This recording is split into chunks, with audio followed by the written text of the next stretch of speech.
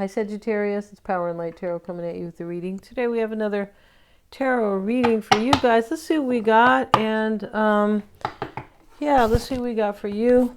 And today we're using the Conjure and the Mystical Oracle. Yeah, see what we got. So we have the axe pick, or the pickaxe. We have the nest, the Ace of Cups. Might be moving, Sagittarius, maybe, but this is about like love, definitely, and possibly living together with a bird's nest, which is the Ace of Hearts. We also have Jesus Christ here, and this is the King of, you don't have to be a Christian, no, it's just these cards, right? But it really represents a good man. That's what that, somebody here is a good man. Somebody loves you, and they are a good man, Sagittarius, right? Maybe they were a heathen before. We don't know, right? We're not sure about that. And but let's look at the pickaxe here and say the pickaxe is kind of like, this is the Nine of Wands, which is a wounded warrior, really, you know, kind of learning from hard lessons and being resilient now. But the Nine of Clubs, let's look at that here. And the clubs are, where is that? And this is, yeah, reap what you sow. Exactly right. It's a phrase echoed all throughout these hills. These hills are the Appalachia. From jail cells to church, to church pews, right? Reap what you sow. Its meaning is literal, much like the black lung epidemic that raged in many folks. That is the harvest they ended up with after years of mining coal. The coal companies are very prosperous. Okay. Something here happens. Most likely it doesn't have to do with coal mines, I'm sure, but they're using that as a good example, though. And reap what you sow. So something happens here, and somebody wants a new beginning here. So this reap what you sow could be a hard lesson, could be maybe the end of something, because you reap what you sow, right? Which is kind of the end and a new beginning. Somebody's going to be a good person over here. That's a good thing. Let's see what else we have. And we have the Eight of Hearts. And this is kind of like the Eight of Cups, but the hearts are the cups here. Let's look at that briefly. And that is the Trillium or the Galax flower. Don't remember which one. Let's have a look here. A Trillium flower, one of the first heralds of spring in Appalachia. This is about something new. Whenever we have something that is talking about spring, because where I'm at, it's bitter cold. Yeah, there's no spring here. To dream of Trillium is a sign of flirtation or affairs soon to come. Because there are two pillars of hearts, it speaks about a union between two people, and if shown with the right cards, it can also mean a marriage. Well, this Ace of Cups or Ace of Hearts is the right card for that. You might get married, right? Because, yeah, and it says, otherwise this card shows a large number of affairs and flirtation. This talks about one. When we have this one affair, we have the Ace of Cups. This is one person, and this Jesus Christ is showing the nice person there. Let's have a look at the King of Wands. That's what they call that, or the King of Clubs. Let's see what they say briefly here. And this is the crucifix. This can be somebody who's set in his ways and a little stubborn. Although stubborn, he's a good husband and knows how to get things done. Well, that's good. He can, like, you know, make sure he fixes everything, Sagittarius. In contrast to the criminal King of Spades, this is the just judge. Somebody's just and fair here. Maybe they're a little stubborn, but they're a good person. They're a good husband, or they're going to make a good husband. Wow. So let's see what we have. Let's look at these other cards here with the mystical oracles, Sagittarius. I hope you guys are all great. Take what fits and leave the rest out. These are general readings, right? If you want your own, I'll talk briefly about it. We have the lullaby, and we have Sleeping Beauty's dream. Somebody is dreaming of love with you. Somebody's dreaming of a new beginning. And you know, the Ace of Hearts is a bird's nest, and she has this big house in back of her. She's dreaming of like being married and living, you know, living here, or a marriage type union at the very least. She's dreaming of that. And yeah, very cool. And so let's have a look here at the lullaby. This is all about love for sure, right? Even when you sing lullabies to your children when they're little, that's love, right? Yeah. Let's look at that here. And let's look at the lullaby first. This is restoration. This can be a reunion, Sagittarius. It could. Dreams, rhythms, and lullaby. As dusk arrives, we notice a cello player about to play a lullaby to welcome the sleep we need so dearly. Yeah, the cycles of day and night, light and dark, orchestrate our natural sleep rhythms. That's true. We give so much during the day. Night is our time to recover. This could be about you recovering something with somebody, definitely. On his instrument, we can see the moon and the stars. They are the guardians of our dreams tonight. Rest with nature's lullaby blowing gently through the window. Tomorrow, awake to all the days of your life. This is, somebody could be dreaming about you here. They mentioned dreams here, and now we have Sleeping Beauty's dream. And this is a soul journey, power of imagination, and inner strength. Yeah, and so we all know the story of Sleeping Beauty, who got pricked by a spindle and fell into a deep sleep.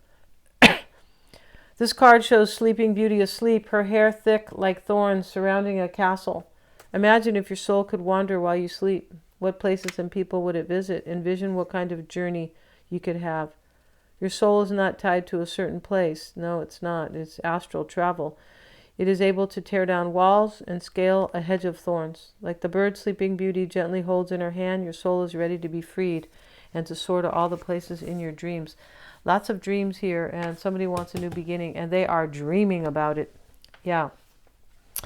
So yeah, let's get into it, Sagittarius. Take what fits, as I said. And if you want to get a reading with me, use the calendar. I have a website going up soon, but still have a promo going if you want to get a psychic reading. Those are enriched now. I talk about some extra things in there. Yeah, I do. And yeah, if you need a psychic reading about somebody else or your own path, I do tarot readings, past life readings. And check out the description box below for that. Mystic Sense has a free 5-minute psychic reading for you. So let's get into this right now. And yeah, let's see what the bottom of the deck is showing us. It's kind of a hidden message. 9 of Swords. Somebody's worried here. So, you know, you reap what you sow. Maybe somebody's done something here, right? It's kind of a lesson, right? Yeah. Yeah, so let's see what we have. 5 of Cups. Yeah, there's a sad ending here. The Hermit. Maybe there's a Virgo. 3 of Pentacles. And let's see. Today we're doing the past, present, and future reading.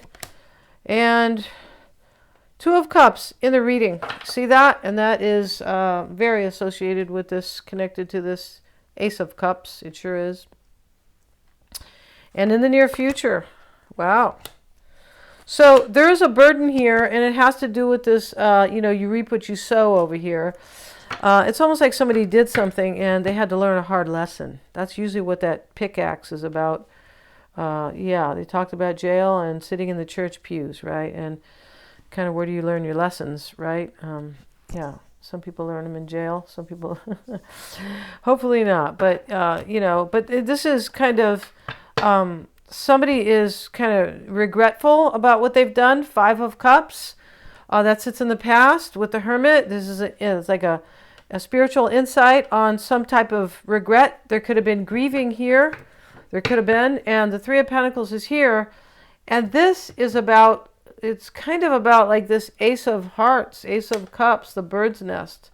It's like somebody wants to be together with you and they feel like you're the right one.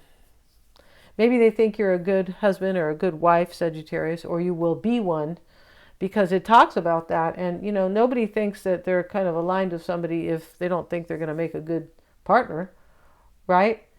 And there are dreams here. And so, yeah, somebody's worried here and somebody has grieved. They've grieved some type of an ending here.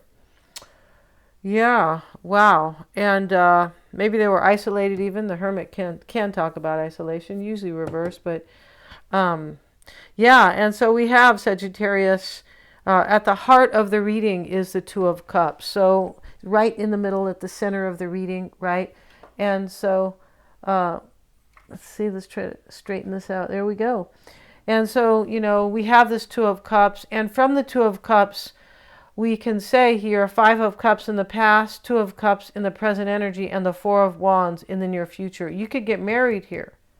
So we've already heard this Ace of Hearts. right? That can be a marriage card, and so can the King of Clubs here. He's supposed to be a good husband, yeah.